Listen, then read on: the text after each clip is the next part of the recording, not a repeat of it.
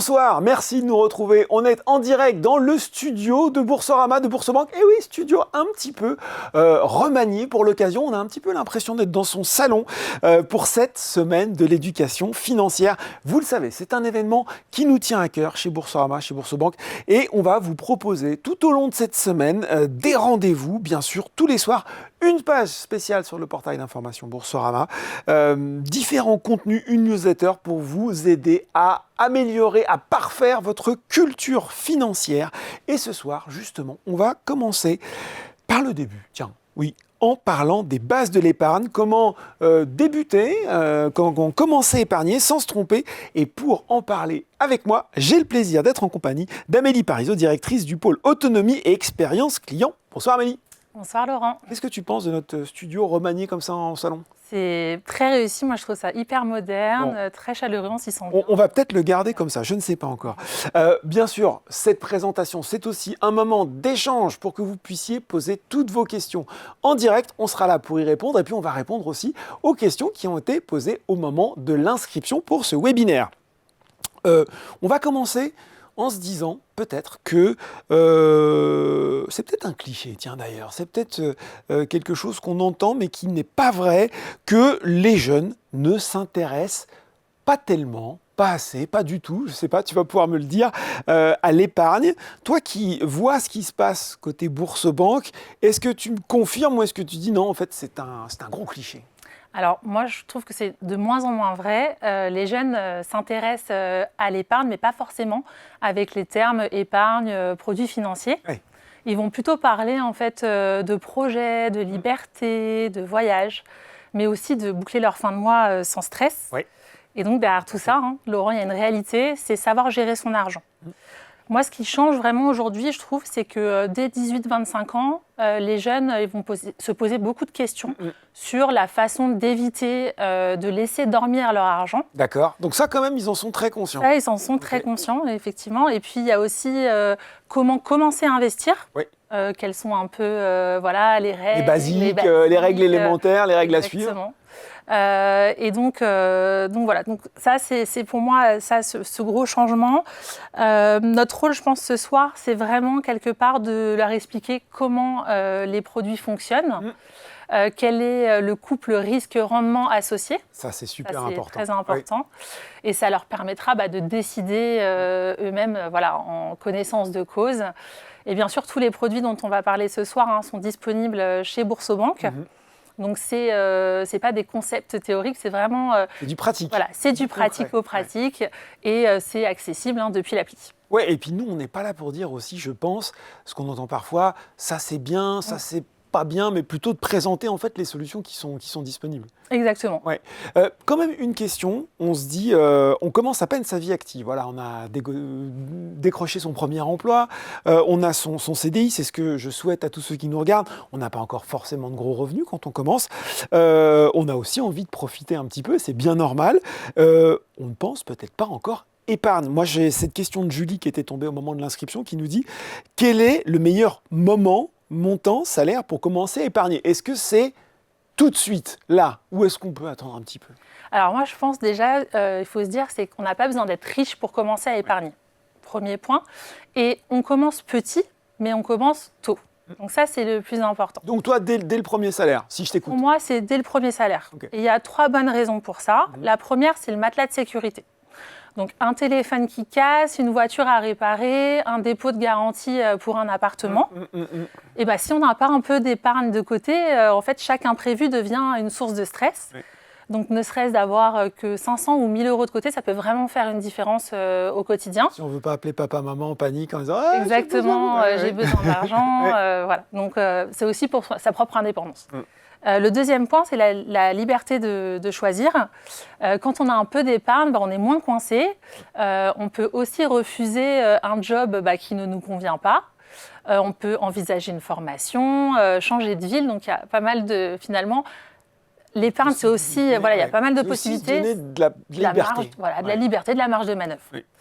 Et le troisième point, c'est que le temps joue en notre faveur.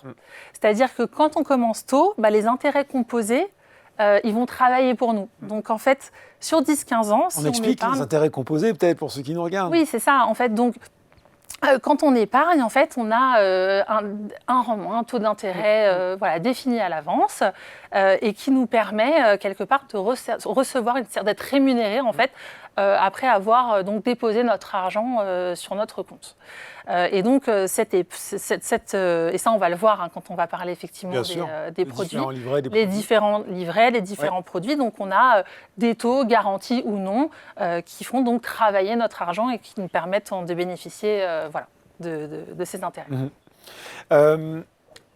Les bons réflexes, pour moi, et d'ailleurs, c'est souvent les parents qui les prennent pour nous, ça commence sur l'épargne par les livrets. Je pense notamment peut-être au compte épargne jeune, au livret A.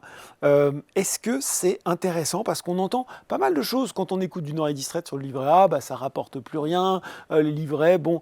Est-ce que ça vaut quand même le coup d'avoir ce premier produit d'épargne et de le remplir? Alors oui, le livret A, en fait, c'est un peu le produit de base que c'est vrai que souvent les Français ont à l'ouverture. Quand on a un enfant, souvent on prend l'initiative d'ouvrir un livret A. Alors c'est une épargne qui est disponible avec un capital garanti. Donc c'est très sécurisé. Donc là, on parlait du couple risque-rendement, risque zéro. Risque nul, effectivement. Alors, rendement modéré actuellement. Pas nul, mais pas forcément énorme. On va dire modéré. Oui. Les taux actuellement des livrets réglementés, donc notamment le livret A et le LDDS qu'on va voir juste après, la rémunération est assez faible. Enfin, en tout cas, les taux sont assez bas. On est à 1,5% net. Donc, c'est un produit qui est exonéré d'impôts, donc il n'y a pas de surprise fiscale. Et sur le livret A, on a un plafond de versement qui est de 22 950 €. Donc, pour commencer, c'est suffisant pour beaucoup. Oui. Donc, on reste avec cette notion que le rendement est assez faible, 1,5%. La formule d'intérêt, on le rappelle, elle dépend notamment de l'inflation. C'est pour ça que ce taux, il varie dans le temps. Là, l'inflation qui était élevée il y a encore quelques mois, quelques années, a reflué. Donc, le taux du livret A s'est adapté. Toi, tu conseilles quand même, si j'écoute un petit peu ce que tu nous disais, c'est quand même bien de le remplir tant qu'on peut. C'est-à-dire d'avoir ces 22 000 de sécurité, enfin un petit peu plus. L'idée, c'est essentiellement pour l'épargne de précaution, donc en cas d'imprévu ou pour les projets à court terme. Oui. Et la règle simple, en général, on dit qu'on essaye de viser entre 3 à 6 mois de dépenses courantes sur son livret A et sur son LDDS. Ah, LDDS. Alors tiens, ça c'est super intéressant parce qu'effectivement, déjà peut-être expliquer le sigle et quelle est la différence entre ces deux je vais les dire frères presque jumeaux, mais pas complètement. C'est ça, c'est un peu le petit frère du livret A. Donc, c'est le livret de développement durable et solidaire. Donc, c'est un peu le même fonctionnement. On a un capital garanti, on a le même taux d'intérêt. C'est de l'argent qui est disponible. Donc, c'est très sûr également. Le plafond est plus bas. Par contre, on est à 12 000 €. D'accord. Et les fonds sont investis effectivement dans, par exemple, des bâtiments pour financer le développement durable. Donc, c'est ça un peu la différence et le réinvestissement en fait, de l'épargne qu'on peut placer. Mais ça reste de l'épargne de précaution. On est sur un produit très sécurisé, très disponible, mais peu rémunérateur. Voilà. Donc je peux avoir un livret A et un LDDS. Exact. Dans le même établissement bancaire et donc chez Boursorama. Oui. Est-ce que je peux avoir plusieurs livrets A? Ça, je ne crois pas. Alors non, c'est un par personne. Voilà. Donc c'est un livret A par personne, un livret de développement durable et solidaire par personne. Bon, voilà, très clair là-dessus. Ça, c'est la partie livret. Je pense que c'est celle qu'on connaît le plus, que les gens ont sans doute le plus. Il y a un autre produit qui arrive assez vite, c'est le PEL. Moi, je sais que c'est comme ça que ça a marché. Mes parents m'ont ouvert un PEL. Le plan d'épargne logement. À quoi sert ce produit d'épargne, même si son titre est assez évocateur? Alors, voilà. Alors, le PEL, c'est le plan d'épargne logement, effectivement. Donc, c'est pour une personne qui se dit « je suis à peu près sûre de vouloir acheter un appartement ou une maison dans quelques années ». D'accord. Et alors, ces caractéristiques importantes, alors à l'ouverture, il y a un premier versement de 225 € à l'ouverture et ensuite, il y a des versements mensuels obligatoires de minimum 45 € par mois. D'accord. Donc, c'est un produit qui est disciplinant. Ça peut être bien pour quelqu'un qui a un peu du mal. En gros, tu me dis que je suis obligé de le faire et que exactement. Donc voilà. Okay. Donc ça peut être aussi, ça peut permettre un peu cette exigence. Le plafond, il est de 61 200 €. D'accord. Et le taux, en fait, il est le même à l'ouverture et pendant toute la durée du plan. Okay. Actuellement, le taux, il est de 2%. En fait, l'intérêt, c'est que finalement, on est protégé d'une éventuelle baisse du taux. Bon, à contrario, effectivement, on ne va pas bénéficier d'éventuelles hausses. D'accord. Exactement. Bon, on peut dire qu'on est dans un contexte, moyennant les événements géopolitiques récents qui ont un peu obscurci la donne, qui était plutôt sur un contexte de baisse. Voilà. Exactement. Donc, exactement. Bon, très clair sur ce produit. Donc, c'est un produit qui est orienté logement, hein, c'est ça? C'est ça. Ouais. Et donc, on a la possibilité, sous condition, de bénéficier en fait, d'un crédit avec un taux connu à l'avance. C'est aussi l'intérêt. Donc, je dirais pour un jeune, si vraiment, ça peut être pertinent si vraiment on a un objectif d'achat immobilier. Oui. Sinon, ce n'est pas forcément la priorité. Bon, on vient de voir les solutions d'épargne. Les fondamentaux, j'ai envie de dire, les basiques, les fondamentaux. On reviendra d'ailleurs sur cette notion de, en tant qu'épargnant, qu'est-ce qu'on doit avoir presque obligatoirement, cette notion de kit de l'épargne qu'on aime bien chez Boursorama. Mais si maintenant, en plus d'épargner, j'ai envie d'investir, et pourquoi pas en bourse, alors il va falloir qu'on parle forcément du compte titre ordinaire, et puis les gens qui nous regardent connaissent sans doute le PEA, le plan d'épargne en action. Peut-être le moment d'expliquer simplement, là aussi, à quoi servent ces deux enveloppes et comment, au final, elles sont assez complémentaires. Oui. Alors, le PEA et le compte titre ordinaire, en fait, c'est effectivement deux enveloppes pour investir en bourse avec des règles et des avantages différents. Donc, si on commence par le PEA, alors, il permet d'investir surtout sur des actions et des ETF européens. Alors, on a un plafond de versement qui est de 20 000 € entre 18 et 25 ans. Ça, c'est pour les jeunes, c'est ça? Ça, c'est pour les jeunes, exactement. Et au-delà, c'est 150 000 €, le plafond de versement. D'accord. On pourrait même parler du PEA-PME maintenant, où on peut aller jusqu'à 225 000 en plus. Donc, ça fait quand même une belle enveloppe. Ça fait une belle enveloppe. Oui. Alors, il faut quand même rappeler, c'est qu'il y a un risque. Le capital n'est pas garanti. La valeur peut monter, mais comme descendre. Donc, c'est un produit plutôt sur le long terme. On parle plutôt d'un horizon de 8 à 10 ans, voire plus. Oui. Et puis, l'avantage premier, c'est la fiscalité. Et oui, comme souvent sur les produits d'épargne en France. Exactement. Oui. Donc, en fait, si on ne retire pas avant les 5 premières années, oui, on va bénéficier sur les gains. Donc, on n'aura plus d'imposition sur le revenu, mais uniquement les prélèvements sociaux. Bon, qui ont progressé d'ailleurs, la CSG d'1,4 point récemment. Exactement. Ça veut dire aussi, Amélie, peut-être une notion qu'on peut aborder, qui n'est pas toujours comprise, la notion de prendre date. Oui, tout à fait. C'est l'idée, en fait, explique-nous, tiens, à quoi ça consiste. L'intérêt, c'est d'ouvrir maintenant, même si on n'est pas forcément dans l'optique d'investir tout de suite. On peut ouvrir le PEA, on prend date, donc notre date d'ouverture, donc ce sera date du jour.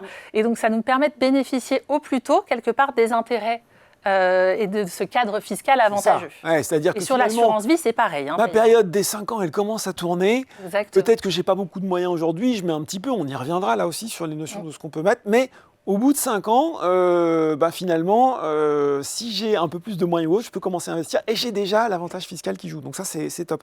Voilà sur le PA. Pourquoi dans ce cas-là, on se dit, on le présente souvent comme la meilleure façon d'investir en bourse. Pourquoi on pourrait vouloir aussi un compte titre à côté? Alors, le compte titre, il n'y a pas de plafond de versement. Déjà. Ouais. C'est ça un peu la différence. Et puis, il n'y a pas d'horizon imposé. Donc, on a plus de liberté.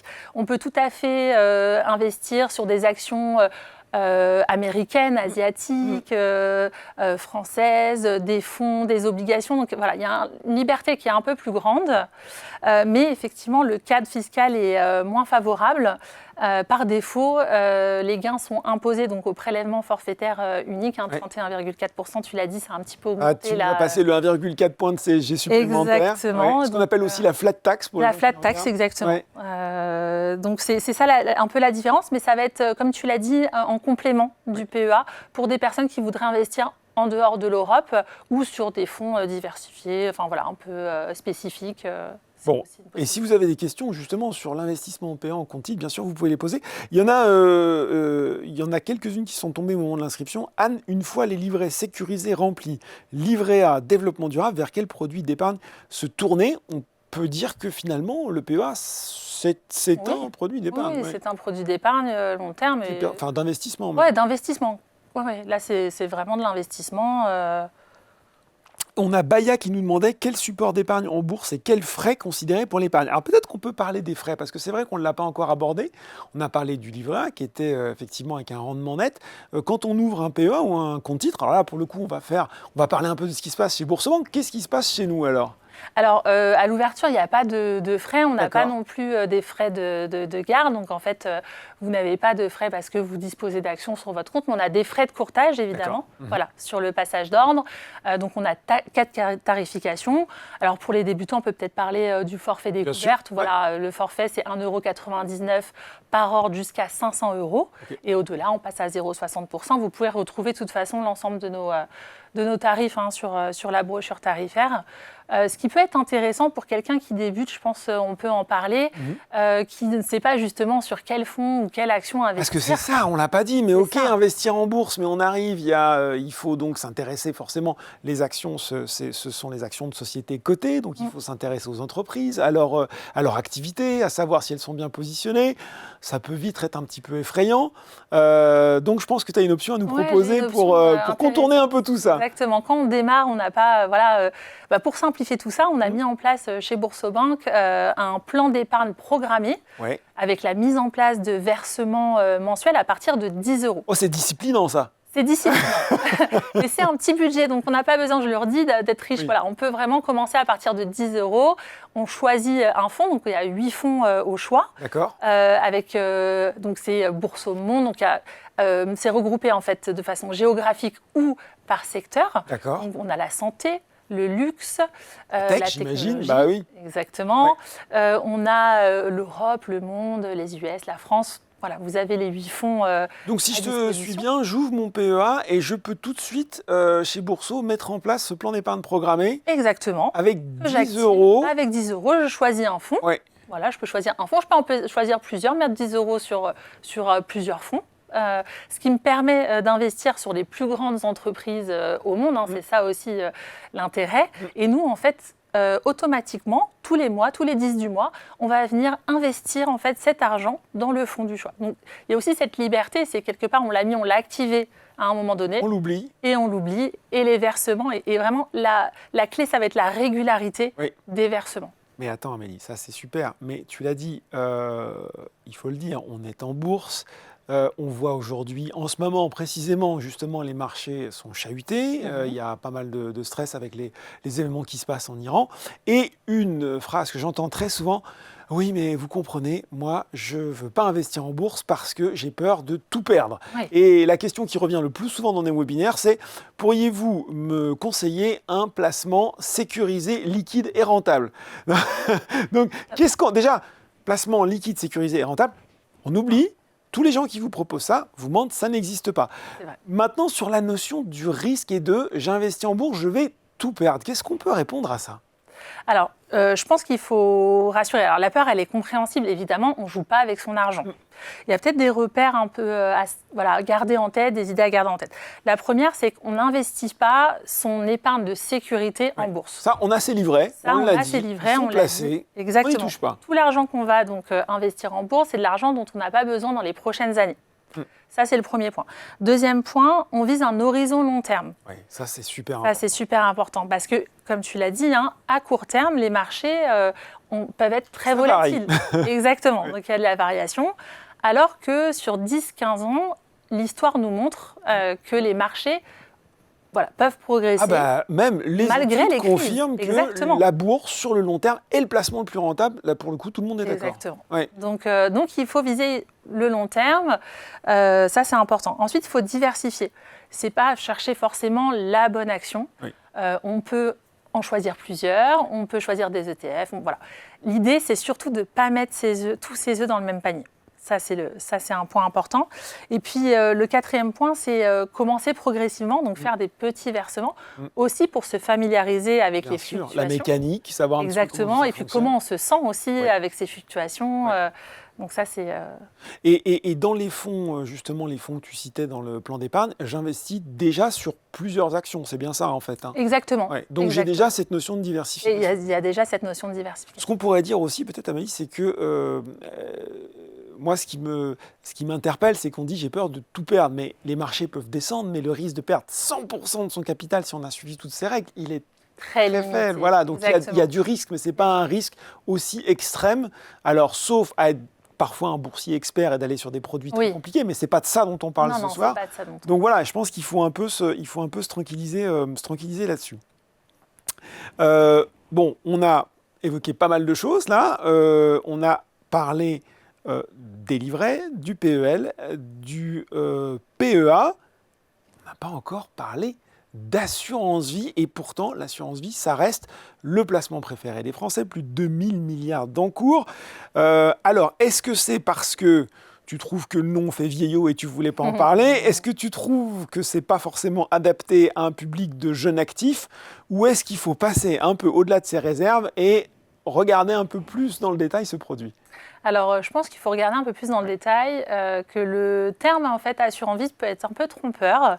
Moi, je l'appellerais plus une enveloppe d'épargne au long terme. On peut placer, c'est vraiment intéressant, c'est un produit qui est flexible, hein, on peut placer du fonds en euros avec capital garanti, mais on peut aussi placer, investir dans des unités de compte. Mettons ça, donc voilà, la partie fonds en euros, c'est une partie qui est garantie. Exactement. Bon. Avec donc le capital est garanti et les intérêts également. Ça, c'est quand même hyper intéressant. Il y a un minimum et après, si la performance est meilleure, on peut aussi bénéficier d'une hausse. Donc, c'est vraiment intéressant. Et ensuite, on a les unités de compte où là, effectivement, on peut espérer un rendement potentiel plus important, mais on n'a pas de capital garanti. Voilà. Et chez Boursorama, on propose plus de 600 supports d'investissement sur l'assurance vie. Donc, le choix est large. Ah, pour qu'on comprenne bien l'unité de compte, on parle de quoi? On parle là aussi d'actions? D'actions, d'ETF. Donc de choses qui sont exposées à la bourse. Exactement. On peut mettre aussi un peu de support immobilier parfois? Oui, il y en a, du SCPI, on en a, exactement. Donc, à quoi ça... Donc là, finalement, pour un jeune, quels sont les intérêts que tu vois spontanément? Alors, ce qui est intéressant, c'est qu'on peut réaliser des versements autant qu'on le souhaite. Oui. On peut aussi retirer. Donc, l'épargne, elle n'est pas bloquée à vie. Ah, mais c'est ce qu'on entend, l'assurance vie, c'est bloqué. Exactement, c'est là où je dis c'est un peu. Alors, non, mais c'est là où prendre retraite est intéressant. Oui. En fait, fiscalement, l'assurance vie devient vraiment intéressante au bout de 8 ans. D'accord. Parce qu'effectivement, on a un abattement sur les gains. C'est 4 600 € pour une personne seule et 9 200 € pour un couple. C'est pas mal. Donc, c'est très bien. Donc, c'est là, effectivement, que ça peut être intéressant de prendre date. Chez Boursorama, c'est 300 € à l'ouverture d'un contrat d'assurance vie. D'accord. Il y a différents types de gestion. La gestion libre, où là, on peut décider soi-même d'investir sur du fonds euro, sur des unités de compte. Ou alors, on peut aussi déléguer la gestion, aller vers de la gestion, ce qu'on appelle pilotée. Oui. Et donc, on va déléguer les investissements à Generali, donc notre assureur, qui va prendre conseil auprès de nos 2 partenaires. On a Edmond de Rothschild et Sycomore. D'accord. Donc là, en fait, je délègue mon épargne à un professionnel. Exactement, à un expert. Oui. Et donc, après, on va vous poser des questions. On appelle ça le profil investisseur. Oui. On va essayer de comprendre quel est votre objectif. Est-ce que vous avez un besoin d'épargne à court, moyen, long terme? Quelle est votre appétence au risque? Et puis voilà, donc on vous pose aussi des questions sur la connaissance des produits et on va vous faire une recommandation sur un profil, donc peut-être plutôt prudent, peut-être plutôt équilibré ou peut-être plutôt dynamique. Et c'est vous qui choisissez celui qui correspond plus à ce qu'on a répondu. Exactement. D'où l'importance de bien répondre aux questionnaires et de ne pas le faire en diagonale en se disant c'est bon, je suis décidé, je vais ouvrir.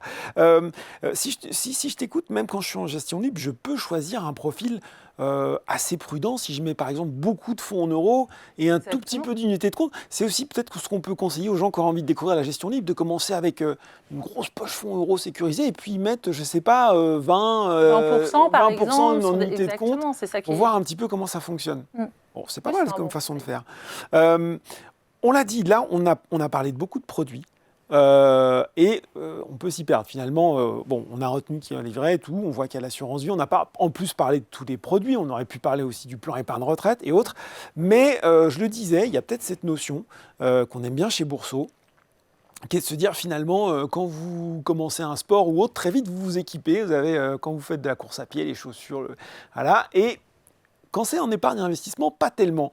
Nous, on considère qu'il y aurait presque un kit de l'épargne, c'est-à-dire un ensemble de 2-3 produits à avoir systématiquement dès le début pour finalement pouvoir tester toutes ces options, quoi. Oui, il y a 4 grandes étapes, je pense. Ouais. Alors la première, c'est de mettre de l'ordre dans son budget. Ouais. De savoir en fait Ouais. qui rentre, Ouais, autant commencer qui par sort. le début. Ouais. Et puis essayer de limiter aussi les découvertes. Voilà, donc je pense sans cette étape, le reste est un peu plus difficile. La deuxième étape, on a parlé de l'épargne de précaution, donc livret A, livret de développement durable et solidaire. Donc là, l'idée, l'objectif, c'est de mettre de côté déjà 1 à 3 mois de dépenses courantes et puis ensuite 3 à 6 mois pour être confortable en cas d'imprévu. On peut dire qu'on va au plafond sur ces deux produits. On peut aller au plafond sur ces deux produits, mais on peut commencer la troisième étape qui est donc de commencer à épargner, à investir sur du long terme avant d'être au plafond du livret A et du livret D. C'est pas obligatoire. C'est pas obligatoire. Voilà. On peut commencer dès qu'on a 3 mois, je pense, de dépenses courantes. On peut commencer, mais progressivement, avec des petits versements, commencer à investir, peut-être regarder si on s'intéresse à l'ouverture d'un PEA ou une assurance vie et mettre en place des petits versements et continuer à alimenter son épargne de précaution.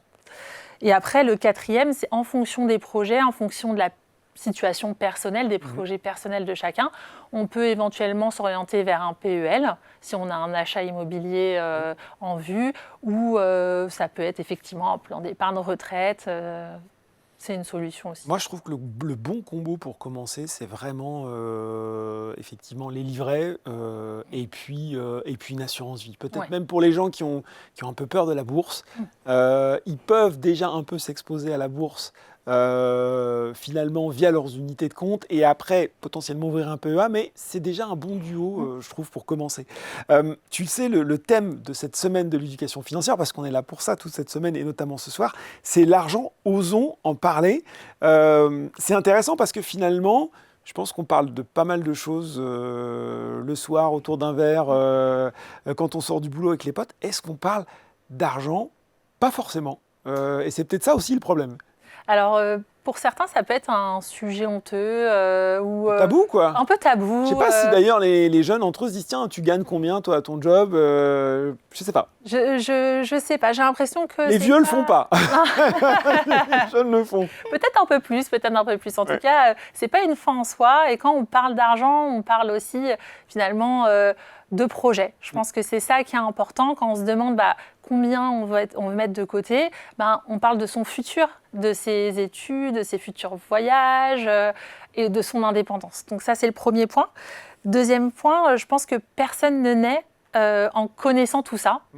Spontanément, on ne sait pas ce que c'est qu'un PEA ou une assurance vie. Donc, et on ne nous l'enseigne pas à l'école. Et on ne l'enseigne pas à l'école. Alors ça, c'est un vrai sujet. Je pense qu'on aura l'occasion d'y revenir demain, justement, avec nos invités. Et donc, je pense qu'il faut vraiment oser poser des questions, dire je ne sais pas. Ce n'est pas une faiblesse, au contraire, c'est une démarche intelligente. Donc ça, c'est important. Et puis, le dernier point, c'est s'y intéresser tôt, c'est ne pas subir aussi.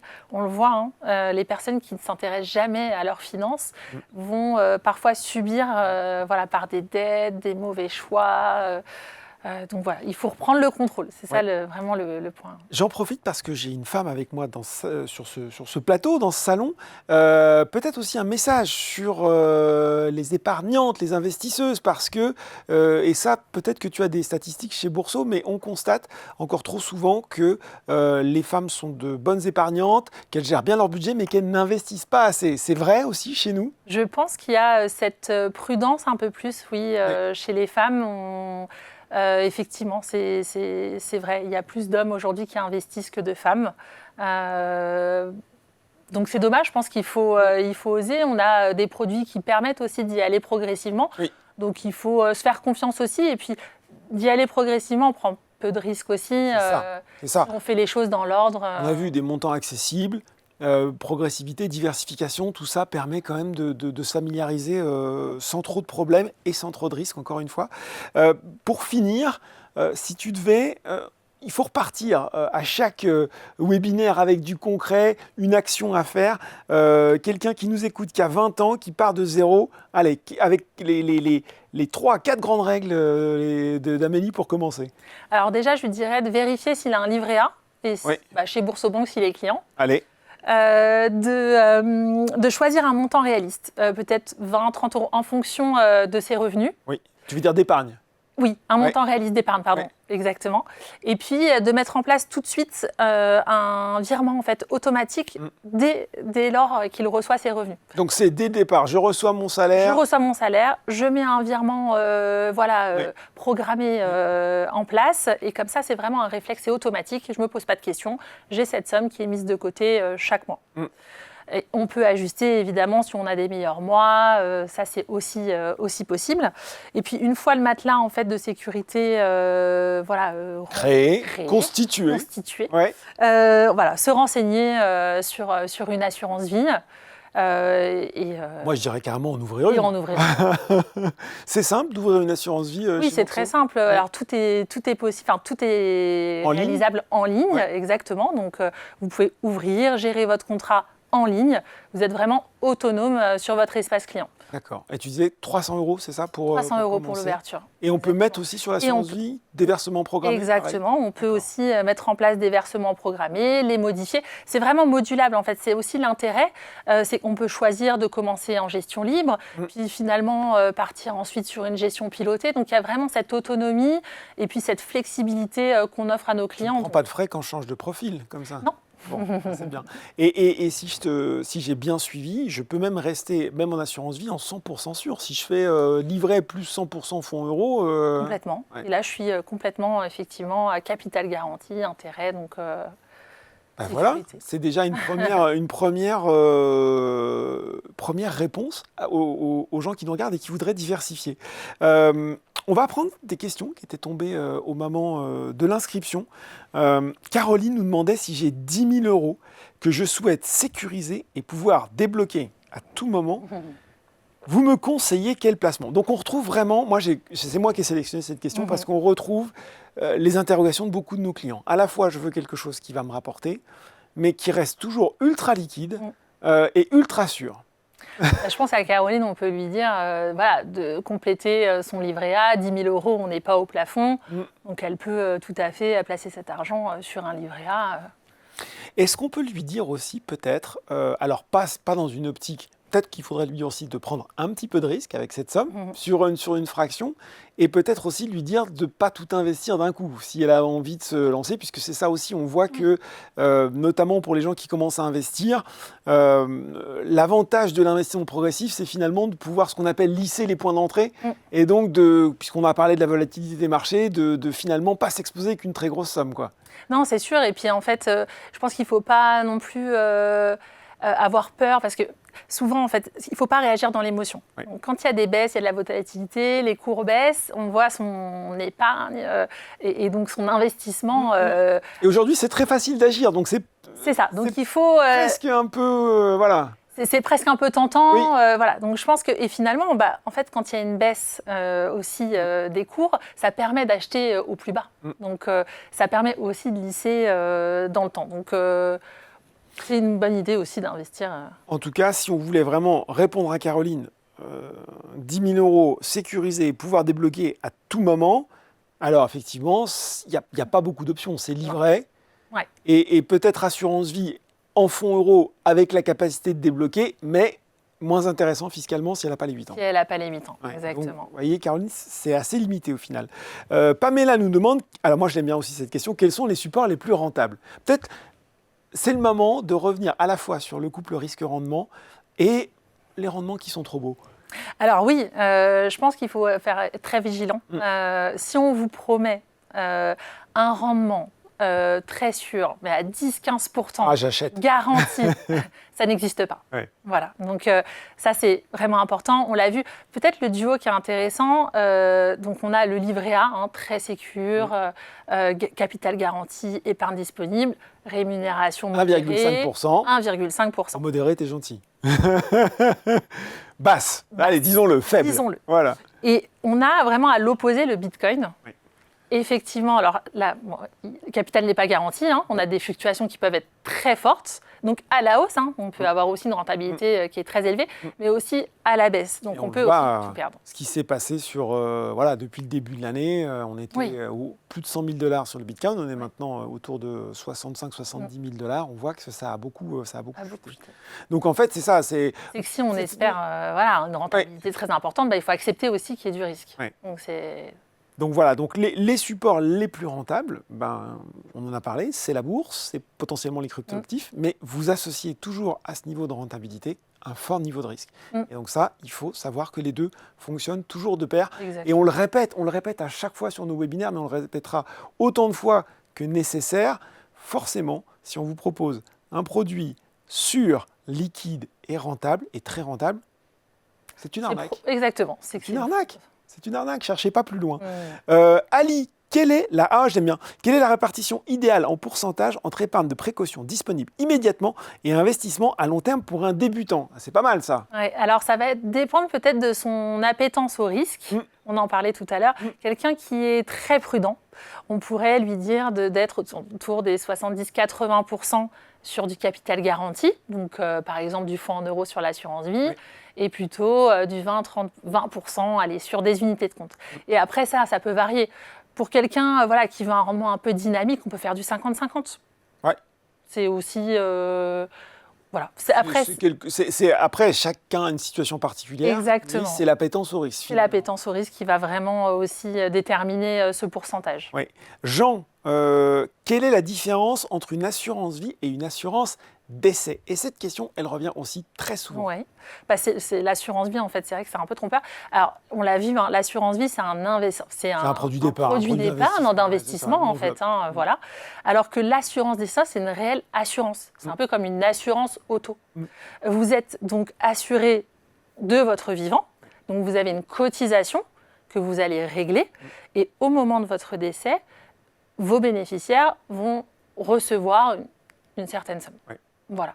Alors que l'assurance vie, c'est un investissement, et donc vous pouvez le débloquer, on l'a vu, c'est pas bloqué à vie, mais effectivement, si vous la conservez jusqu'à votre décès, donc vos bénéficiaires, eux, bénéficieront en fait des versements que vous aurez réalisés tout au long.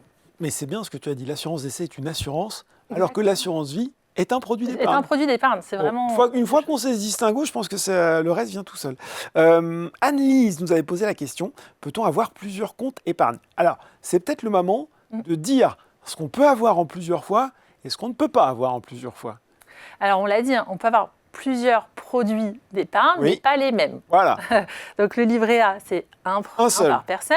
Le livret de développement durable et solidaire, un par personne. Le PEL, un par personne. En fait, tous les livrets d'épargne réglementés, en réalité, le PEA aussi, c'est une enveloppe, c'est un par personne. Le compte titre, on peut en avoir plusieurs, mais parce qu'il n'y a pas effectivement cet avantage fiscal. Assurance vie. L'assurance vie, on peut en avoir plusieurs. Voilà. Oui, on peut en avoir plusieurs. On peut d'ailleurs choisir d'avoir un contrat et des bénéficiaires différents. En fonction des contrats, ça peut être aussi l'intérêt d'en avoir plusieurs, parce qu'on choisit son ou ses bénéficiaires. Est-ce que j'ai fait le tour de la question? PER éventuellement? Le PER, un PER par personne. Pour moi, c'était plus. plusieurs. Confirmez-nous, tiens, en régie, si on peut avoir un ou plusieurs PER. Sandrine nous demandait, je souhaite savoir comment commencer à épargner quand on est maman solo. Et oui, on peut avoir plusieurs PER. Merci la régie. Ça, c'est cool. On peut en avoir plusieurs. Je souhaite. Alors oui, ça c'est aussi une situation.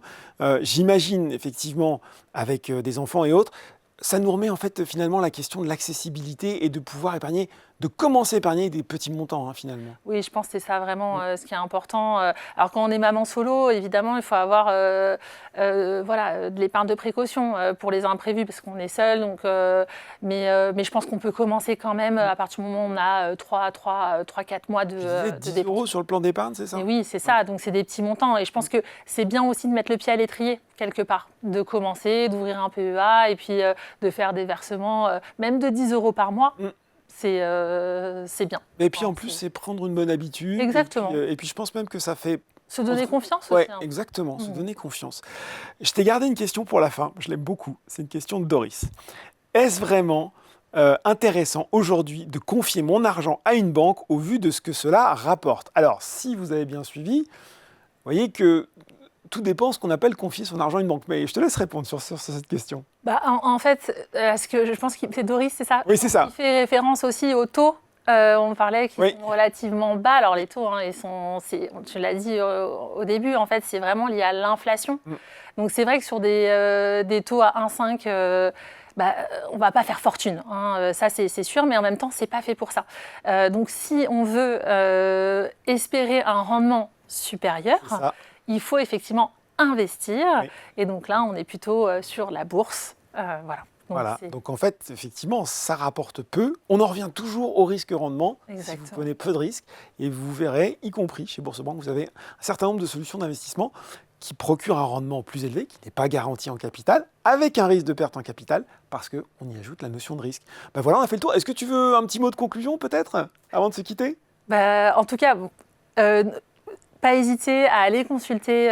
On a, je pense que c'est important, pas mal d'outils pédagogiques aussi en ligne. Bourso Campus, quand on s'intéresse, on a des vidéos pédagogiques. On a 30 vidéos pédagogiques avec des niveaux différents, donc débutants, intermédiaires. Des petits quiz à la fin. Des petits quiz à la fin.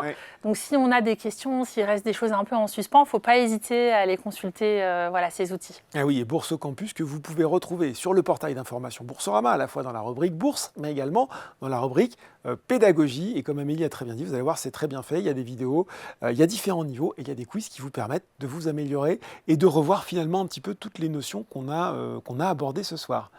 Bon, eh bien, écoute, je pense qu'on a répondu à toutes les questions. Merci beaucoup, Amélie, d'avoir représenté pour nous les bases de l'épargne et commencé un petit peu aussi sa culture d'investisseur. Merci à tous de nous avoir suivis ce soir. Rendez-vous demain et vous verrez qu'on parlera de l'argent chez les jeunes, lever les tabous pour ouvrir le dialogue. Un webinaire qui s'annonce là aussi passionnant parce que c'est pas toujours simple de parler argent avec ses ados. Merci beaucoup d'avoir été avec nous ce soir et à demain.